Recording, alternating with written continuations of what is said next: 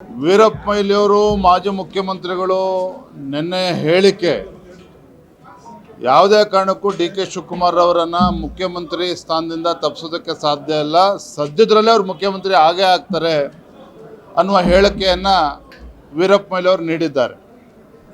ಮತ್ತೊಂದು ಕಡೆ ಕಾಂಗ್ರೆಸ್ ಶಾಸಕರು ಹೇಳಿದ್ದಾರೆ ಡಿಸೆಂಬರ್ ಒಳಗಡೆ ಡಿ ಕೆ ಶಿವಕುಮಾರ್ ಮುಖ್ಯಮಂತ್ರಿಗಳು ಆಗ್ತಾರೆ ಅನ್ನುವ ಹೇಳಿಕೆಯನ್ನು ನೀಡಿದ್ದಾರೆ.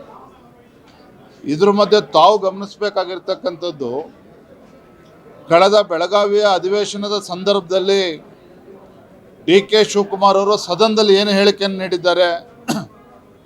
ಒಬ್ಬ ಡಿ ಕೆ ಶಿವಕುಮಾರ್ ಅವ್ರಿಗೆ ಅವರ ಗುರುಗಳೇನು ಹಿಂದೆ ಹೇಳಿದ್ರು ಅದನ್ನು ನೆನಪು ಮಾಡಿಕೊಂಡಿದ್ದಾರೆ.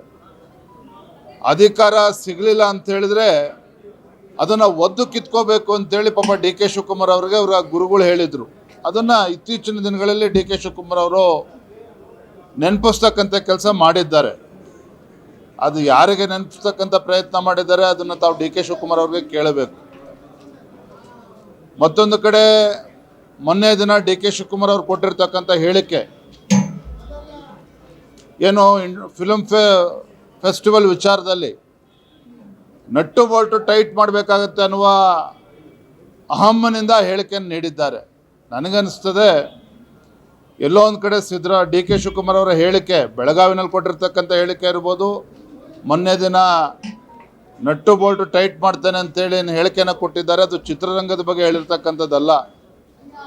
ಯಾರು ಕಾಂಗ್ರೆಸ್ ಪಕ್ಷದಲ್ಲಿ ಅಥವಾ ಸರ್ಕಾರದಲ್ಲಿ ಡಿ ಕೆ ಶಿವಕುಮಾರ್ ಅವರಿಗೆ ಮುಖ್ಯಮಂತ್ರಿ ಆಗೋದಕ್ಕೆ ಅವಕಾಶ ನೀಡ್ತಾ ಇಲ್ವೋ ಅವರಿಗೆ ಎಲ್ಲೋ ಒಂದು ಕಡೆ ಒಂದು ಎಚ್ಚರಿಕೆಯ ಮಾತನ್ನು ಡಿ ಕೆ ಶಿವಕುಮಾರ್ ಹೇಳಿದ್ದಾರೆ ಅನ್ನೋದು ಈಗ ಚರ್ಚೆ ಆಗ್ತಾ ಇದೆ. ನಾನು ಸ್ಪಷ್ಟವಾಗಿ ಹೇಳ್ತಾನೆ, ಮುಖ್ಯಮಂತ್ರಿ ಗಾದಿಗೆ ಏನು ಪೈಪೋಟಿ ನಡೀತಾ ಇದೆ ಕಾಂಗ್ರೆಸ್ ಪಕ್ಷದಲ್ಲಿ, ದಿನೇ ದಿನೇ ಇದು ದೊಡ್ಡದಾಗ್ತದೆ. ನಾನು ಅವತ್ತಿನ ಕೂಡ ಹೇಳ್ತಾ ಇದ್ದೇನೆ, ಹಾದಿ ಬೀದಿಲಿ ಇವತ್ತು ಶಾಸಕರು ಮಂತ್ರಿಗಳೇನು ಹೇಳಿಕೆಯನ್ನು ನೀಡ್ತಿದ್ದಾರೆ ಸಿದ್ದರಾಮಯ್ಯ ಪರವಾಗಿ, ಡಿ ಕೆ ಶಿವಕುಮಾರ್ ಪರವಾಗಿ, ಅವರ ವಿರೋಧವಾಗಿ, ನಿಶ್ಚಿತವಾಗಿ ಬರೋಂಥ ದಿನಗಳಲ್ಲಿ ಕ್ಷಿಪ್ರ ರಾಜಕೀಯ ಬೆಳವಣಿಗೆಗಳು ನಡೀತದೆ ಅನ್ನೋದ್ರ ಬಗ್ಗೆ ಯಾವುದೇ ಸಂದೇಹ ಇಲ್ಲ. Thank you.